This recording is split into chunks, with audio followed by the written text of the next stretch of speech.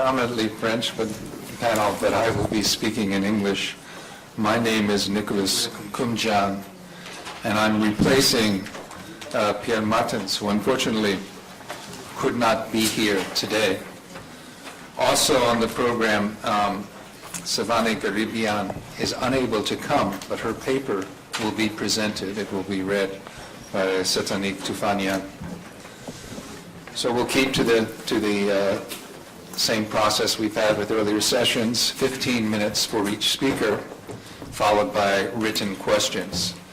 The title of this session is International Relations and Criminal Law, but actually I think what you'll see is that it touches on various aspects of international law, only partly on criminal law, and the obligations of states and parties by international law.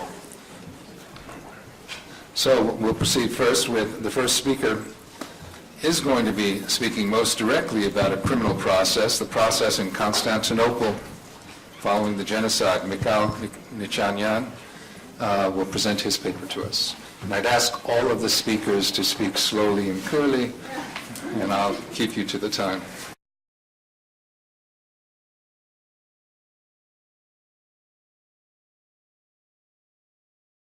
Moi, je vais surtout aborder la question des procès de Constantinople, donc en 19 et 20, donc les procès qui ont tenté de poursuivre les auteurs, les responsables des crimes contre l'humanité commis contre les Arméniens, donc entre 1915 et 1918, et j'aborderai seulement marginalement la question du tribunal international, qui était en fait le projet initial des puissances de l'entente à l'encontre pour juger les criminels unionistes. Bon, alors évidemment, je renvoie moi aussi à l'article qui est publié déjà dans les actes du colloque, qui est déjà disponible, puisque moi je vais faire un résumé assez bref de ma communication.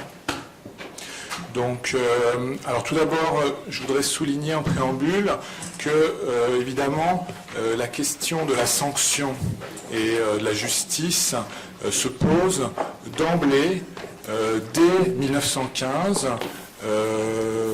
pour toutes les parties prenantes.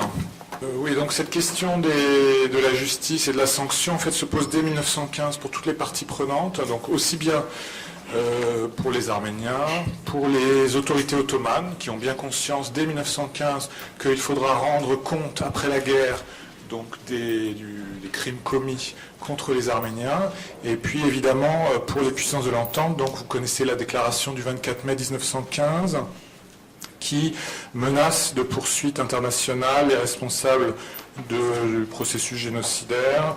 Donc c'est une dénonciation conjointe par la France, la Grande-Bretagne et la Russie le 24 mai 1915 de crimes de lèse-humanité perpétrés par l'Empire ottoman. Donc cette expression forte, qui fut alors employée pour la première fois, fut associée à une exigence de justice, inédite elle aussi, selon laquelle les responsables de ces crimes de masse devraient rendre des comptes devant la communauté internationale après la guerre. Donc cette déclaration évidemment est importante parce que, en fait, elle ancre dans l'esprit des responsables unionistes la nécessité de rendre des comptes après la guerre, et donc ça va aussi influencer leur pratique génocidaire durant le processus génocidaire lui-même.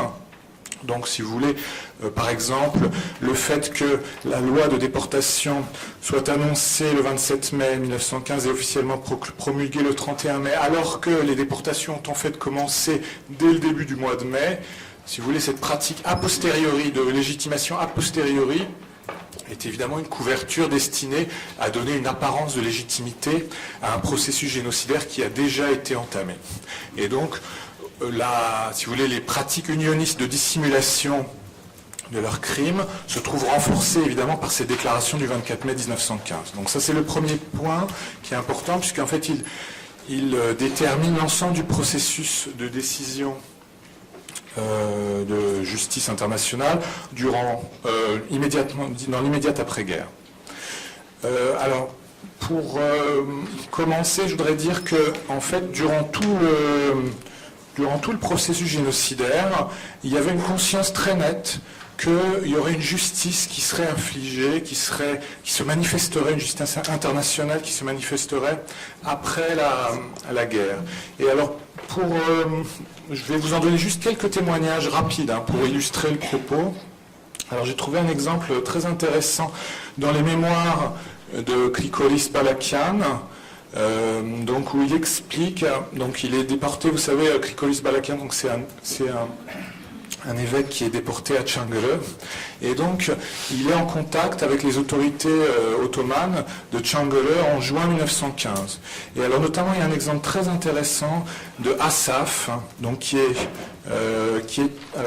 en 1915 Muhtasarrıf de Çankırı, donc c'est l'équivalent, si vous voulez, de sous-préfet, donc c'est le sous-préfet ou plutôt le préfet de Çankırı. Et alors c'est très intéressant parce que Asaf, donc qui est un responsable unioniste, était en 1909 sous-préfet du district d'Osmaniye, qui faisait partie, si vous voulez, de la région où ont eu lieu des massacres à Adana en 1909, donc dans la province d'Adana. Et donc Asaf a lui-même était l'objet d'un processus judiciaire à l'issue des massacres de 1909, et donc il refuse absolument d'être confronté à ce même processus judiciaire à l'issue de la Première Guerre mondiale. Et donc ça, il le dit très clairement à Balakian. Il lui dit « Je vais donner ma démission parce que je sais que ce processus d'extermination va conduire à des procès et que ce seront des seconds couteaux qui seront jugés. Donc je préfère tout de suite donner ma démission pour ne pas être exposé à des poursuites judiciaires après la guerre. » Et alors, il expose ce Asaf, parce qu'en fait, il connaît très bien un d'autres des déportés de Çankırı, qui est Dilan Kelekian, qui a été son professeur à l'université ottomane. Et donc il expose à mots couverts, si vous voulez, le projet d'extermination qu'ont préparé les autorités unionistes. Et donc effectivement, donc le Muhtasarrıf Asaf donne sa démission 15 jours après cet entretien avec Balakian, ce qui montre bien, vous voyez, que dans l'esprit des autorités unionistes, très proche donc, du comité central, il y a la conscience très nette, dès juin 1915, que c'est bien évidemment un processus d'extermination, mais qu'il y aura aussi des sanctions qui seront exercées contre leurs auteurs. Et alors, c'est d'autant plus net que Asaf est parfaitement conscient que ce seront des seconds couteaux qui seront poursuivis. Et c'est effectivement ce qui se passe en 19 et 20. Ce sont effectivement des officiers, des fonctionnaires subalternes qui seront poursuivis. Donc ça, c'était un exemple, si vous voulez, pour vous donner pour vous montrer à quel point, si vous voulez, les autorités unionistes ont parfaitement conscience qu'un processus judiciaire s'exercera après la guerre. Alors ensuite, j'ai essayé de trouver un autre exemple, malheureusement j'ai pas réussi à retrouver la source. Si quelqu'un pouvait m'aider à retrouver l'origine de cette anecdote que j'ai retrouvée. En fait, il y a dans un des témoignages de déportés, il y a l'anecdote suivante. Donc c'est un déporté qui discute avec un officier allemand et qui lui dit vous savez que le processus d'extermination des Arméniens fera l'objet de poursuites judiciaires après la guerre, et l'officier lui répond que après la guerre, les négociations diplomatiques seront si complexes entre les grandes puissances que la question de la sanction contre les auteurs du processus d'extermination des Arméniens, cette question sera oubliée. Et donc effectivement c'est bien ce qui se passe. Donc si vous retrouvez l'origine de cette anecdote, je vous en serais très reconnaissant. Et évidemment, alors il y a un autre exemple très célèbre aussi, c'est Andonian, donc dans la traduction française de Medzvodjira, donc le grand crime.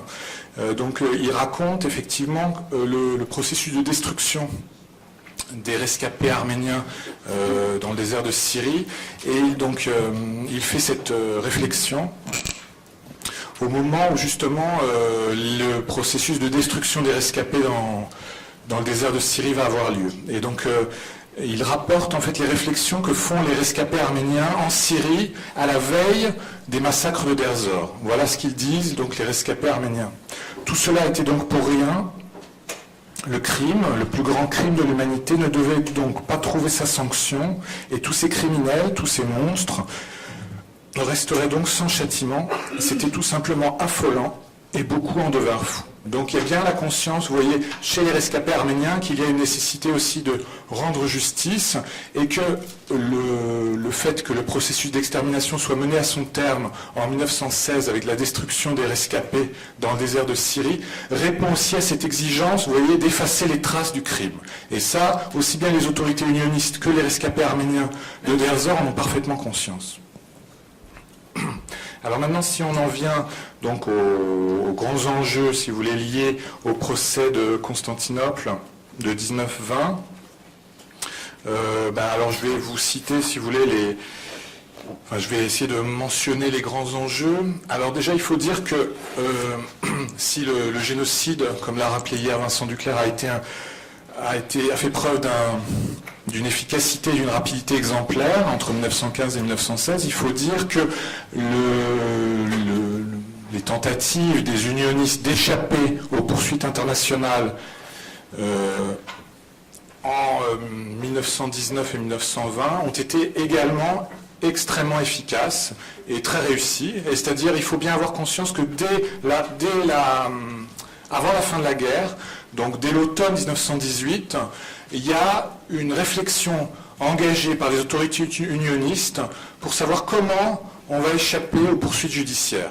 Et donc, on sait, par les travaux de Zurcher notamment, qu'il y a une organisation paramilitaire qui s'appelle le Caracol, qui est chargée d'exfiltrer les officiels unionistes vers l'Est pour les cacher. Et le Caracol jouera effectivement un grand rôle en 19 et 20 pour faire fuir, pour sauver des prisonniers unionistes et pour les cacher en Anatolie. Donc effectivement, l'étude de ce processus judiciaire, c'est surtout l'étude de la manière exemplaire dont les officiels unionistes ont réussi en fait à échapper au processus judiciaire. Alors, donc il faut rappeler déjà les grands enjeux donc, qui ont présidé, si vous voulez, au processus judiciaire. Alors déjà, il faut bien garder à l'esprit qu'en fait, il y a deux enjeux internationaux qui sont très importants pour les autorités ottomanes. Donc le premier, c'est d'échapper à une justice internationale, puisque en fait le 24 mai 1915, la promesse qu'ont faite les grandes puissances, c'est de mettre en place un tribunal international qui donc jugera les criminels unionistes pour le processus donc d'extermination des Arméniens.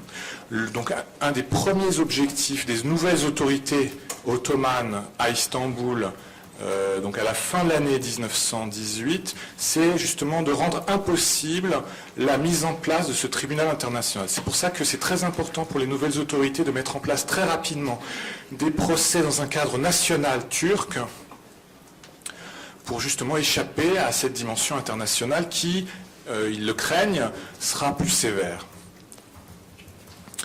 Alors le deuxième enjeu international, c'est évidemment le traité de paix qui s'amorce et les négociations concernant le traité de paix avec l'Empire ottoman, puisque les autorités ottomanes sont parfaitement conscientes que, vu l'ampleur des crimes commis durant la guerre, le traité sera probablement très sévère. Et donc un des objectifs des procès de 1919-1920, c'est de faire en sorte que les négociations concernant le futur traité de paix soient plus indulgentes, se passent, disons, dans de meilleures conditions. Et donc ça, effectivement, il y a un enjeu donc, de politique internationale très fort qui préside aussi donc, à l'élaboration et à la mise en place de ces procès dans un cadre national. Enfin, il faut bien garder aussi à l'esprit que ces procès donc, de 1919-1920 ont un objectif de politique intérieure, puisque en fait, ce sont les opposants aux unionistes qui arrivent au pouvoir à la fin de l'année 1918, en novembre 1918 et plus encore en 1919, donc des opposants d'origines diverses, que ce soit des monarchistes proches du sultan ou des libéraux d'inspiration démocratique, tous ont en commun en tout cas leur rejet de la politique unioniste durant la guerre. Et donc l'objectif de ces grands procès de 1919-1920, c'est de discréditer les unionistes, de montrer à la population ottomane que en fait, ces unionistes sont indignes d'exercer le pouvoir et donc ainsi d'empêcher leur retour au pouvoir. Mais malgré tout, il y a un autre objectif de politique intérieure qu'il faut aussi garder à l'esprit, c'est que les unionistes sont encore très forts, même si ce sont les opposants aux unionistes qui sont au pouvoir, au gouvernement. Les unionistes tiennent l'administration, ils tiennent l'armée. Dans les provinces, tous les officiers de haut rang et les hauts fonctionnaires sont des hauts fonctionnaires unionistes, et même à Constantinople, dans la police, dans l'administration, tout l'encadrement est encore unioniste. Donc évidemment, vous comprenez que ça c'est la cause de grands obstacles au déroulement normal d'un processus judiciaire à Constantinople en 1919-1920. Alors maintenant, je vais essayer de vous donner rapidement quelques exemples des grands procès qui ont eu lieu en 1919-1920. Donc très rapidement, là encore, vous trouverez les détails dans l'article qui est paru dans les actes. Donc le premier grand... Ah oui, alors, non, il y a quand même, avant d'aborder tout de suite la question des procès, il faut tout de suite dire que, en fait, les principaux responsables du processus génocidaire ont en réalité déjà pris la fuite dans la nuit du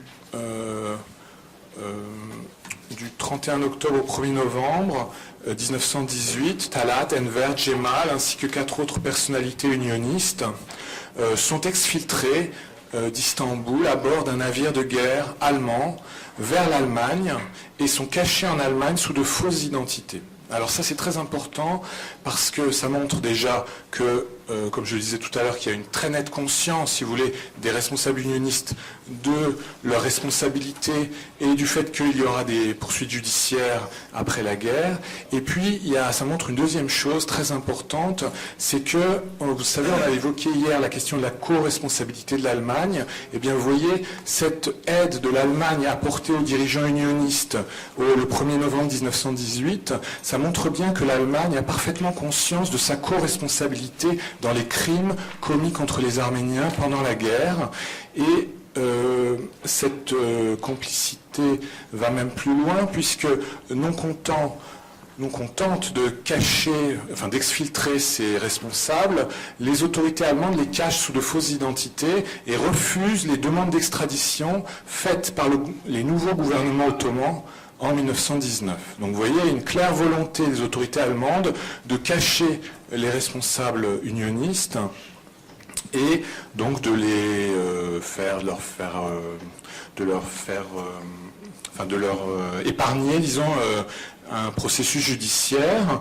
Alors on peut effectivement quand même supposer que c'est effectivement pour empêcher ces responsables unionistes de faire des révélations sur la responsabilité de l'Allemagne dans ce processus génocidaire. Il faut bien garder à l'esprit que les responsables unionistes sont les seuls dirigeants de puissances alliées à bénéficier de cette protection des services secrets allemands. Aucun autre dirigeant d'un État allié de l'Allemagne pendant la guerre n'a bénéficié de cette protection. Alors, on en vient maintenant rapidement au procès. Il y a une commission d'enquête qui est mise en place dès novembre 1918, qui est présidée justement par un haut fonctionnaire au-dessus de tout soupçon. C'est l'ancien gouverneur de la province d'Ankara qui a donné sa démission précisément parce qu'il refusait d'appliquer les ordres de déportation et de massacre dans sa province. Donc c'est Hassan Mazar, donc c'est la commission Mazar qui mène les enquêtes en décembre 18 et en janvier 19. Et alors, donc, c'est pas tout à fait un hasard, vous voyez, si le premier procès à compétence régionale porte sur un district de la province d'Ankara. C'est précisément parce que Hassan Mazar est un ancien gouverneur de la province d'Ankara et donc il a des liens très forts avec les notables, les fonctionnaires de cette province. Donc le premier procès s'ouvre le 5 février 1919. Il porte sur le canton de Yozgat dans le vilayet d'Ankara. Alors on dit souvent, donc vous avez entendu hier, on dit souvent que il y a deux modes, si vous voulez, de déportation et de massacre en 1915. Il y a celui des provinces orientales et puis il y a celui des provinces occidentales. En fait, dans le vilayet d'Ankara, c'était exactement le même processus que dans les provinces orientales, alors même que le vilayet d'Ankara ne faisait pas partie, si vous voulez, des 6 vilayets. C'est le même processus, si vous voulez, de déportation et de massacre donc dans les provinces avec l'aide de l'organisation spéciale, donc contrairement aux provinces occidentales où on déporte en famille jusqu'en Cilicie par le train. Donc, dans la province d'Ankara, il y a une autre spécificité, c'est que le Kaymakam, donc qui est en fait Moutasarif, enfin sous-préfet provisoire en 1915, donc qui est justement nommé donc préfet provisoire précisément pour mener la politique de déportation et de massacre, donc durant l'été 1915. Alors il se trouve que ce préfet, donc Mehmet Kemal Bey, est personnellement impliqué dans l'organisation d'un des grands sites abattoirs de la province. Donc c'est un des sites abattoirs qui est très connu, c'est celui de Bogazlian, où plusieurs milliers d'Arméniens sont massacrés par les bandes de l'organisation spéciale en juillet 1915. Donc ce procès, évidemment, est très important, puisque d'abord c'est le premier. Il permet ensuite de présenter, si vous voulez, à l'opinion publique ottomane bien le processus d'extermination des Arméniens. Il permet de montrer que les forces de l'ordre local ont agi sur ordre du ministère de l'Intérieur et du Comité Union et Progrès. Et puis, il met aussi en pièces le mythe de la révolte arménienne. Vous savez que c'était un des grands thèmes du discours négationniste dès 1915, mis en avant par les autorités ottomanes, cette thèse de la révolte arménienne. Et donc, ces procès contribuent aussi à mettre en pièces ce mythe de la révolte arménienne, donc qui est déclaré par le tribunal une pure invention. Alors, il faut noter aussi que de nombreux fonctionnaires musulmans acceptent de témoigner du caractère, d'extermination des déportations. Et donc ça, effectivement, c'est un point important, puisque c'est la première fois que des hauts fonctionnaires musulmans acceptent de témoigner contre des officiels ottomans. Bon, et donc cette première démarche judiciaire aboutit le 8 avril à la condamnation de Kemal Bey à la peine de mort, et il est exécuté le 10 avril en place de Bayazid. Oui.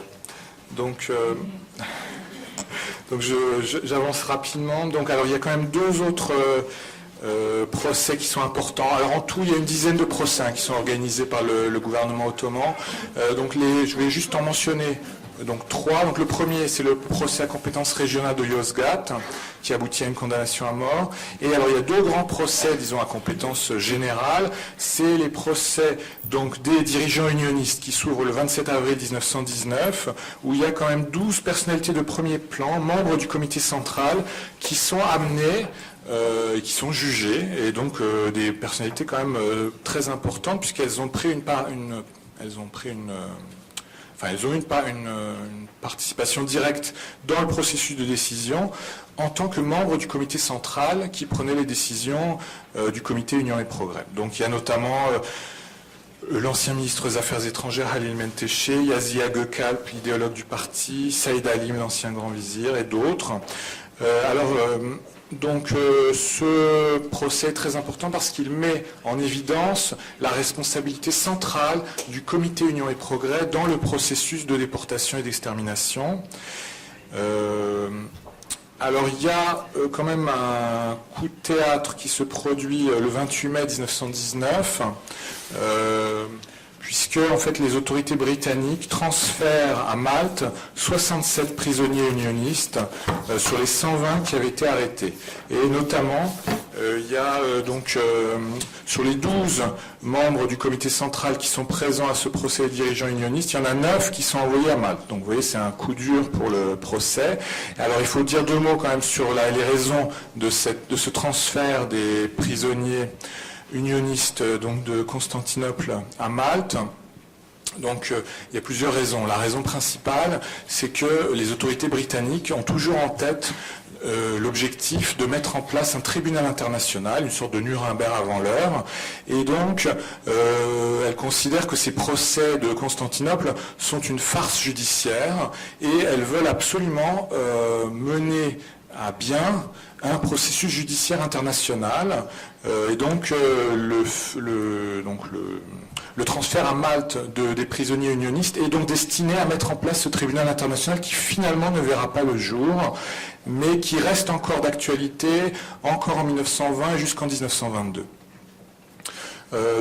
J'avance rapidement donc, vers la fin. Donc, oui. Bon, alors je conclue alors. Oui, je conclue. Donc, Donc le verdict est rendu pour ce procès unioniste le 5 juillet 1919. Là encore sont condamnés à mort par contumace Talat, Enver, Cemal, Nazım et d'autres responsables principaux. Mais ce qu'il faut bien comprendre, c'est que les principaux responsables sont déjà en fuite et sont condamnés par contumace. En réalité, ceux qui sont encore présents dans le box des accusés écopent de peines très légères. Et c'est le processus qui sera appliqué pendant toute la durée des procès de Constantinople, c'est-à-dire des peines par contumace pour les accusés présents dans le box, des peines par contumace pour les absents et des peines très légères pour les présents.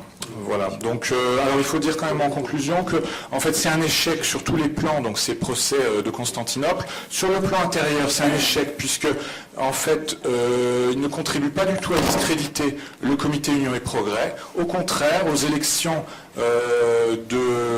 qui sont organisées à l'automne 19 et dont les résultats sont proclamés en janvier 1920, les héritiers idéologiques du Comité Union et Progrès, donc que sont les nationalistes, remportent une victoire écrasante sur l'ensemble des autres partis. En fait, il y a une adhésion de la population ottomane à ces héritiers unionistes malgré les procès de Constantinople. Je vous remercie.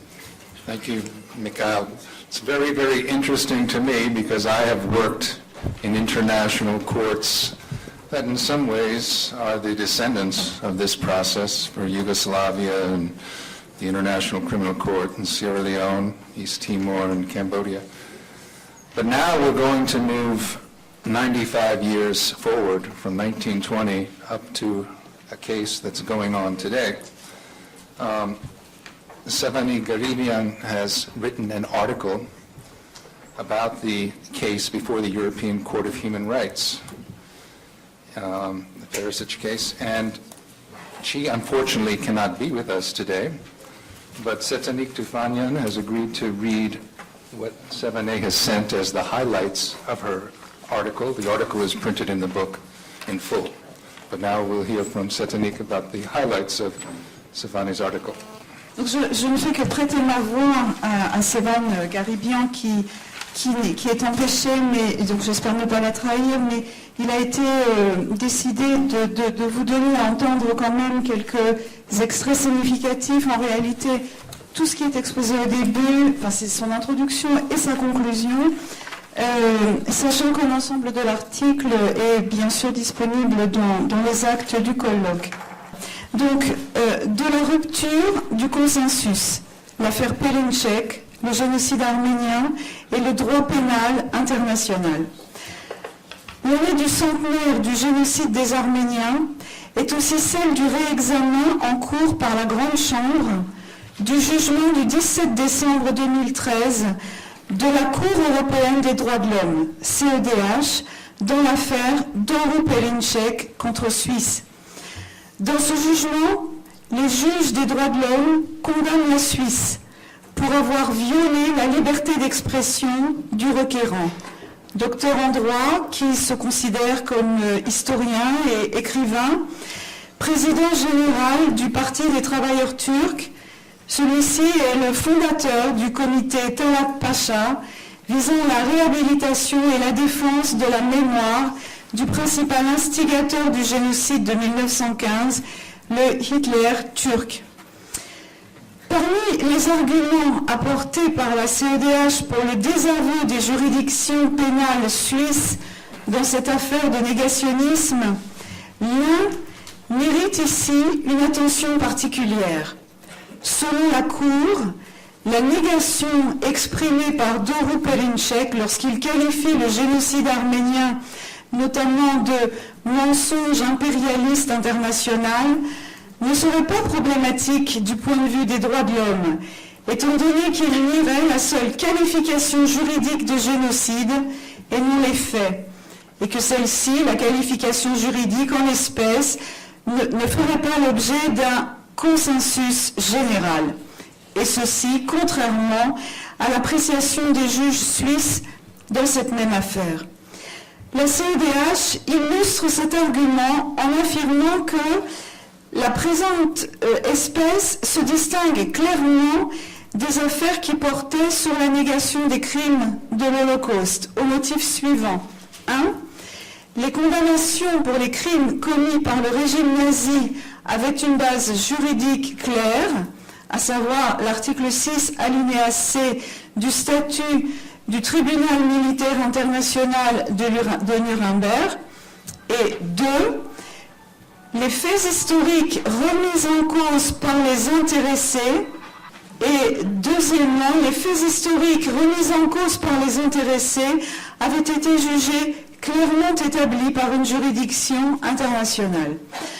Quoi que l'on pense du jugement et de ses effets, l'argument de l'absence de consensus est surprenant. Il offre l'occasion de rappeler quelques points au-delà même du problème posé par le triple présupposé que contient l'argument. Le premier présupposé, bien fragile, est qu'il existerait une différence entre la négation de la qualification de génocide et celle des faits historiques. Une telle distinction relève d'un contresens. Nier la qualification juridique de génocide revient précisément à nier l'intention spécifique caractérisant ce crime, soit l'intention de détruire en tout ou en partie un groupe national, ethnique, racial ou religieux. Or, nier cette intention spécifique revient à nier, comme dans la célèbre affaire Garaudy contre France, la réalité de faits historiques clairement établis. Le deuxième présupposé, erroné, est que seul un consensus général sur la qualification juridique de génocide justifierait une condamnation pénale pour négationnisme. Ni le droit suisse, ni même d'autres droits nationaux tels que par exemple le droit français, ni en outre la décision cadre européenne en la matière ne contiennent une telle exclusivité. Le troisième présupposé, pour le moins contestable, est que seule la langue du droit, et plus spécifiquement l'attestation judiciaire de surcroît internationale, permettrait d'établir l'existence ou non d'un consensus relatif à un fait historique. D'autant plus que l'on sait combien la mise en œuvre de la justice internationale est déterminée par des aléas politiques. Un tel présupposé revient à balayer d'un revers de main l'importance et la nécessité du travail des historiens sur des événements tels que ceux qui sont en cause ici, étant donné, nous dit la CEDH, que la recherche historique est par définition controversée et discutable et ne se prête guère à des conclusions définitives ou à des vérités objectives et absolues. Pourtant, aucun juriste ni historien sérieux ne daignerait fort heureusement remettre en question l'existence du génocide en tant que tel du peuple juif, alors qu'il n'existe pas de jugement international qualifiant ainsi l'Holocauste. Et quand bien même on voit mal pourquoi et comment le travail du juge primerait sur celui de l'historien ou vice-versa, ni en quoi la vérité judiciaire, certes présumée absolue dans ses effets, ne serait pas relative, et discutable d'un point de vue épistémologique. À ce sujet, nous soulignerons brièvement 3 choses que nous avons déjà eu l'opportunité de préciser ailleurs. D'abord, contrairement à ce qui est souvent affirmé, les juges n'ont pas à se prononcer à proprement parler sur les faits historiques lors de procès de criminels contre l'humanité, dont l'objet premier est l'évaluation de la culpabilité des accusés impliquant l'opération de qualification juridique, ou de procès négationnistes, où les juges statuent sur la méthode employée par les négateurs et leur intention, non pas sur leur opinion en tant que telle, ni sur la véracité des faits en question. Ils peuvent toutefois s'appuyer sur le travail historiographique pour remplir leur mission, n'en déplaise aux défenseurs de la thèse relativiste développée par le linguistic turn, un courant historique, enfin un courant pas du tout historique justement, selon lequel l'histoire est fiction. C'est en cela que le droit se saisit du fait historique, siados, pour traiter d'un événement passé dans ses conséquences au présent.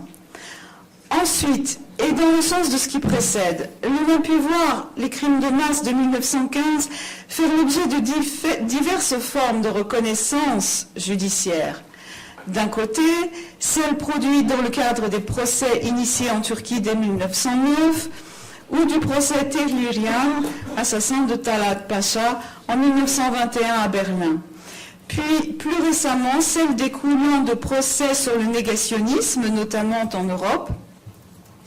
De l'autre, celles issues de pratiques judiciaires sui generis, alternatives, venues combler le vide laissé par l'absence du juge pénal international, irrémédiablement causé par la réelle politique, l'amnistie et la mort des responsables. Nous pensons à la sentence du tribunal permanent des peuples en avril 1904, ou encore à celle prononcée... 84. Qu'est-ce que j'ai dit 84. 1980. Ouais. Oui, voilà, je vous suivais, d'accord, très bien. Ou encore à celle prononcée par un juge fédéral le 1er avril 2011 dans le cadre d'un procès pour la vérité en Argentine, affaire Ayla Bedian. Enfin, tant la jurisprudence préalable de la CEDH relative à la liberté d'expression que le texte de la décision cadre européenne précitée confirme que l'autorité de la chose jugée n'est pas un élément nécessaire à la répression du négationnisme. La première, parce qu'elle ne conditionne pas la reconnaissance de faits historiques clairement établis à l'existence d'une décision de justice. La seconde, parce qu'elle permet aux États, en son article 1, paragraphe 4, de restreindre, s'ils le souhaitent, le champ de l'incrimination du négationnisme au seul crime établi par une décision définitive rendue par une juridiction internationale de l'État membre et ou une juridiction internationale, ce qui illustre bien, à contrario, qu'il ne s'agit pas d'une condition, mais d'une possibilité laissée au libre choix des États. En tout état de cause, ce sont bien l'histoire et l'archive qui nous éclairent sur le contexte juridico-politique et les raisons à l'origine de la réussite de la création du tribunal militaire international de Nuremberg en 1945 et de son droit auquel se réfèrent les juges européens dans leur jugement de 2013 pour expliquer en miroir le pourquoi de l'existence d'un consensus s'agissant des crimes nazis. Et c'est précisément cette histoire du droit pénal international qui donne également à connaître l'héritage de la question arménienne, son traitement au lendemain de la Première Guerre mondiale et son rôle dans la difficile élaboration d'une nouvelle justice hors norme qui viendra révolutionner un quart de siècle plus tard les conceptions classiques du droit et de l'État.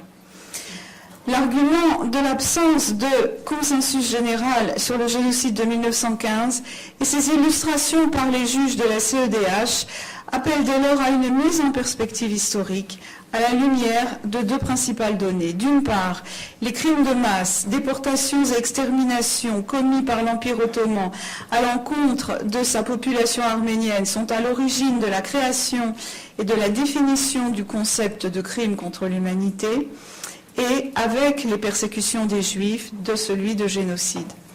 D'autre part, ces faits historiques se trouvent au cœur de la première tentative avortée de mise en place d'une juridiction internationale pour la répression des violations massives en question avant sa matérialisation de 1945. Ensuite, Sevan Garibian entre dans le détail de deux points très importants qu'elle nous a demandé de ne pas lire ici. Et on a déjà, tout l'appareillage conceptuel qui est mis en place, et maintenant voici sa conclusion. Si la question arménienne et la répression internationale des crimes de masse commis par l'Empire ottoman disparaissent de l'agenda politique avec la signature du traité de Lausanne, les tentatives de traitement juridique dont elles font l'objet au lendemain de la Première Guerre mondiale sont et restent des éléments clés pour une meilleure compréhension de la généalogie des concepts de crimes contre l'humanité et de génocide, et plus généralement de la naissance de la justice pénale internationale. Il est surprenant que dans les faits historiques dont il s'agit, il est surprenant que leur legs, dans la lente construction d'un droit pénal international in progress, fasse l'objet d'un constat d'absence de consensus général, alors même qu'il constitue en réalité un existant, à l'origine des concepts juridiques destinés à en rendre compte. Le paradoxe qui se cache derrière l'argument de l'absence de consensus sur le génocide de 1915 au motif précité se dévoile alors. Et ce paradoxe en masque un autre, doublement problématique.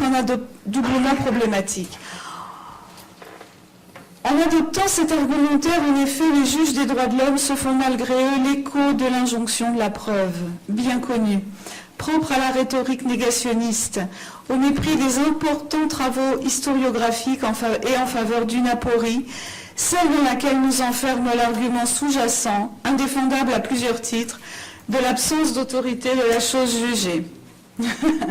Ou de l'impunité. Je fais ce que je peux, mais d'accord. Argument familier dont le Conseil constitutionnel français s'était préalablement fait le relais. C'est pourtant cette même impunité du point de vue du droit international qui mériterait avant tout d'être appréhendée comme une raison de plus de prendre au sérieux le négationnisme qu'elle favorise en lui offrant un solide ancrage, au lieu d'être utilisée à l'inverse comme un moyen de le justifier. Les juges des droits de l'homme contribuent ensuite à la concurrence des victimes, laquelle par ailleurs alimente souvent ou est alimentée par le discours négationniste. Il crée en effet une inégalité de traitement que le droit suisse a l'avantage d'éviter en ne hiérarchisant ni entre les génocides ni entre ceux-ci et les crimes contre l'humanité. Il peut paraître étonnant de constater que l'application d'une norme suisse antiraciste visant la lutte contre la discrimination et l'incitation à la haine, soit d'un droit qui exprime la solidarité entre les humains et fonde le principe même de leur égalité, donne lieu à un jugement de la CEDH porteur en creux d'une telle inégalité. Inégalité de traitement qui mérite au moins d'être interrogé. Le dernier paragraphe est vraiment très important. En somme, l'argument de l'absence de consensus général sur le génocide des Arméniens signe en quelque sorte contre l'esprit de la Convention européenne des droits de l'homme, élaborée suite au ravage de la Seconde Guerre mondiale, une victoire de l'idéologie négationniste. Cette idéologie des spécialistes de l'interruption du consentement, des gens dont l'intérêt est de vous faire honte pour avoir trop tôt acquiescé sans avoir demandé un supplément de preuves, qui vient rompre le consensus démocratique dans le retournement manipulatoire, l'imposture, la distorsion des faits qu'elle crée.